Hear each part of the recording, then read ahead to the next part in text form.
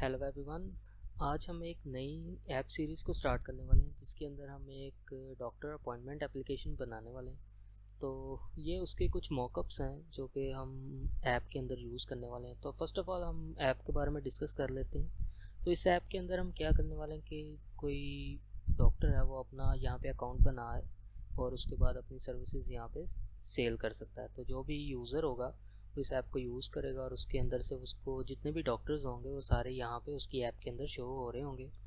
तो इनमें से वो किसी भी डॉक्टर को सिलेक्ट कर सकेगा और उसके साथ अपना अपॉइंटमेंट बुक कर सकेगा। जैसे नॉर्मली हम क्या करते हैं कि किसी भी क्लिनिक पे फ़ोन करके अपना अपॉइंटमेंट बुक करते हैं, इसी तरह हम अभी ऐप के ज़रिए ये सारा काम कर पाएंगे। और ये सिर्फ एक क्लिनिक के लिए नहीं होगा, कोई भी डॉक्टर इस पर काम कर सकता है, मतलब अपना अकाउंट क्रिएट कर सकता है। तो ये कुछ उसका मॉकअप है। अब ये हम इस तरह के नहीं बनाएंगे, लेकिन आइडिया हमारा इसी तरह का होगा। ये मॉकअप्स मुझे इंटरनेट से मिले थे, तो मैंने कहा चलो इनको थोड़ा सा यूज़ करते हुए हम अपनी ऐप को क्रिएट कर लेंगे। अच्छा, तो यहाँ पे जैसे आप देख सकते हैं कि ये होम स्क्रीन है इसकी, जहाँ पे ये सारे डॉक्टर्स नज़र आ रहे हैं और इसके बाद ये हमारे यूज़र का नाम और यहाँ पे हम डॉक्टर को सर्च कर सकते हैं। तो ये हमारी होम स्क्रीन आ गई। इसके बाद नेक्स्ट जाएँ तो ये हमारी कैटेगरीज़ आ गई कि हमारे ऐप के अंदर कौन कौन सी कैटेगरी के डॉक्टर्स हो सकते हैं। ये कैटेगरीज़ ज़्यादा भी हो सकती हैं, कम भी हो सकती हैं। ये हम इनको बाद में डिस्कस कर लेंगे कि हम कितनी यूज़ करने वाले हैं। इसके बाद इन कैटेगरीज़ के हिसाब से डॉक्टर्स सारे डिवाइड हो जाएंगे। इसके बाद जो भी डॉक्टर हम ओपन करेंगे तो उसकी डिटेल इस तरह से नज़र आएगी, जिसमें डॉक्टर और उसकी जो भी कैटेगरी होगी वो और उसके रिव्यूज़, और यूज़र इसको रिव्यू भी दे सकता है। इसके अलावा डॉक्टर का कॉन्टैक्ट नंबर, अगर उसको कोई कॉन्टैक्ट करना चाहता है, उसके बारे में कुछ डिटेल्स, उसका एड्रेस और उसकी टाइमिंग कि वो किस टाइम अवेलेबल है। इसके अलावा वो क्या सर्विसेज देता है और उसके बारे में हम जो भी कुछ ऐड करना चाहेंगे वो यहाँ पे ऐड कर लेंगे। और यहाँ पे उसकी अपॉइंटमेंट बुकिंग की सारी जो प्रोसेसिंग है वो होगी। तो यूज़र जब इस पर क्लिक करेगा तो वो अपना अपॉइंटमेंट इसके साथ बुक कर पाएगा। बुक करने पे हमें क्या करना पड़ेगा कि एक तो दिन सिलेक्ट करना पड़ेगा कि कौन से दिन, और उसके बाद टाइमिंग, जिस टाइमिंग पे भी जो डॉक्टर है वो अवेलेबल है। तो जो भी वो टाइमिंग सिलेक्ट करेगा उसमें से उसको स्लॉट्स मिलेंगी कि उसने कौन कौन से टाइम पे अपना अपॉइंटमेंट बुक करना है। तो जो स्लॉट्स अवेलेबल होंगी वो उसको यहाँ पे शो हो जाएंगी। और इसके बाद यूज़र अपना नाम और जो भी डिटेल्स वगैरह वो यहाँ पे एंटर करेगा और उसके बाद मेक एन अपॉइंटमेंट पे क्लिक करेगा। तो यहाँ पे उसको पेमेंट रिलेटेड चीज़ें भी मिलेंगी कि वो या तो वहाँ जाके पेमेंट करना चाहता है तो कर ले, या अभी वो अगर इस चीज़ के लिए पेमेंट करना चाहता है तो यहाँ पे अभी भी कर सकता है। और इसके बाद वो मेक एन अपॉइंटमेंट करेगा और उसका अपॉइंटमेंट बुक हो जाएगा। और यहाँ पे एक अपॉइंटमेंट का सेक्शन होगा जिसके अंदर उसके जितने भी अपॉइंटमेंट्स होंगे वो सारे शो हो रहे होंगे डेट और टाइम के हिसाब से, और वो यूज़र वापस से उसको कॉल या ईमेल कर सकता है। तो ये कुछ इस तरह से ऐप होगी सारी। तो इसको क्रिएट करते हैं। तो अपना सबसे पहले वी एस कोड ओपन कर लेते हैं। तो यहाँ पे मैंने टाइम बचाने के लिए पहले ही अपने प्रोजेक्ट को सेटअप कर रखा है, लेकिन मैं फिर भी आपको सारा बता देता हूँ ताकि आप भी इस प्रोजेक्ट को फॉलो कर लो। तो मैंने इस प्रोजेक्ट का नाम रखा है मेडी ऐप, आप कुछ भी नाम रख सकते हो। इसके बाद हमने क्या करना है कि हमारा जो प्रोजेक्ट होगा सबसे पहले हमने एंड्रॉयड फोल्डर में जाना है। प्रोजेक्ट अगर आपको क्रिएट करना नहीं आता तो वी एस कोड पे आप कंट्रोल शिफ्ट पी प्रेस करेंगे और यहाँ पे आप फ्लटर एंटर, और इसके बाद न्यू प्रोजेक्ट एप्लीकेशन, और यहाँ पे आप जो भी फोल्डर सेलेक्ट करना चाहते हैं वो, और उसके बाद अपने प्रोजेक्ट का नाम रखेंगे तो वो सारा जो है प्रोजेक्ट आपका क्रिएट हो जाएगा। इसके बाद आपके सामने कुछ इस तरह से स्क्रीन नज़र आएगी। यहाँ पे आपके सारे फोल्डर्स नज़र आएंगे। तो यहाँ पे आपने क्या करना है, सबसे पहले एंड्रॉयड फोल्डर में जाना है और उसके बाद ऐप, और यहाँ से बिल्ड डॉट ग्रेडल के अंदर जाना है।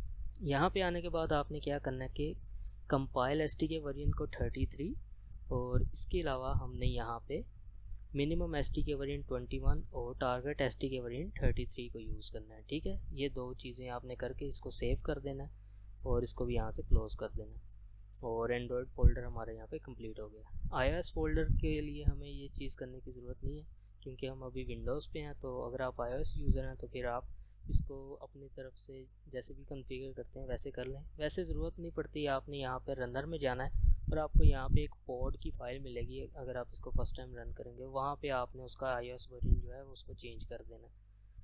ठीक है, तो इसके बाद हमने क्या करना है, हमने यहाँ पे आना है pubspec.yaml के अंदर, और यहाँ पे हमने अपने पैकेजेस को डिफ़ाइन करना है। तो अभी क्योंकि इस एप्लीकेशन के अंदर हमने कुछ भी नहीं किया, हम सिर्फ प्रोजेक्ट को सेटअप कर रहे हैं। तो यहाँ पे मैंने ये दो पैकेजेस को यूज़ किया हुआ है, एक गेटएक्स पैकेज है और एक वेलोसिटी एक्स पैकेज है। अच्छा, तो एक चीज़ मैं बताना भूल गया था कि हम इस पैकेज के हम इस तो एक चीज़ मैं बताना भूल गया था कि हम इस प्रोजेक्ट के अंदर फायरबेस को यूज़ करने वाले हैं एज अ बैकएंड। तो वो हम बाद में जब फायरबेस पे काम करेंगे तो तब उसको इंटीग्रेट कर लेंगे। अभी के लिए हम सिर्फ ये गेटएक्स और वेलोसिटी एक्स ये दो पैकेजेस को यूज़ करने वाले हैं। और इसके अलावा हम यहाँ पे एसिड्स को यूज़ कर रहे हैं। तो एसिड्स सेक्शन के अंदर एसिड का फोल्डर और उसके अंदर से आइकन्स और इमेजेस का फोल्डर है। और इसी तरह फ़ॉन्ट्स सेक्शन के अंदर फ़ॉन्ट और फ़ॉन्ट का जो एसेट है वो है। तो अभी ये दोनों कहाँ पे हैं, ये मैंने यहाँ पे एसेट्स फोल्डर बनाया है और इसमें ये फ़ॉन्ट्स, ये वाले जो फ़ॉन्ट्स हैं वो, और इसके अंदर ये दो फ़ॉन्ट्स हैं। नोइतो फ़ॉन्ट मैं यूज़ कर रहा हूँ, आप कोई भी यूज़ कर सकते हो। और इसके अलावा यहाँ पे एसेट्स के अंदर हमने आइकन्स और इमेजेस को यूज़ किया है। तो आइकन्स के अंदर ये कुछ आइकन्स हैं, let's see, this is for body, this is for air. तो ये कैटेगरीज़ के आइकन है, तो हमने ये यूज़ किए हुए हैं। और इसी तरह ये इमेजेस हैं जो कि हम यूज़ करेंगे अपने लॉगिन और साइन अप पे। तो आप कोई भी इमेजेस यूज़ कर सकते हैं, वो आपकी मर्ज़ी है। और इसी के साथ हमारा जो पबस्पेक है वो भी कंप्लीट हो जाएगा। अभी हम आते हैं अपने लिब फोल्डर के अंदर, क्योंकि हमने सारा काम इसके अंदर करना है। तो लिब के अंदर सबसे पहले हमने ये तीन फोल्डर्स बनाए हैं, कॉन्स्टेंट्स, कंट्रोलर्स और व्यूज़। और इसके साथ ये मेन डॉट फाइल हमें मिल जाती है। तो स्टार्ट हम मेन डॉट फाइल से करते हैं।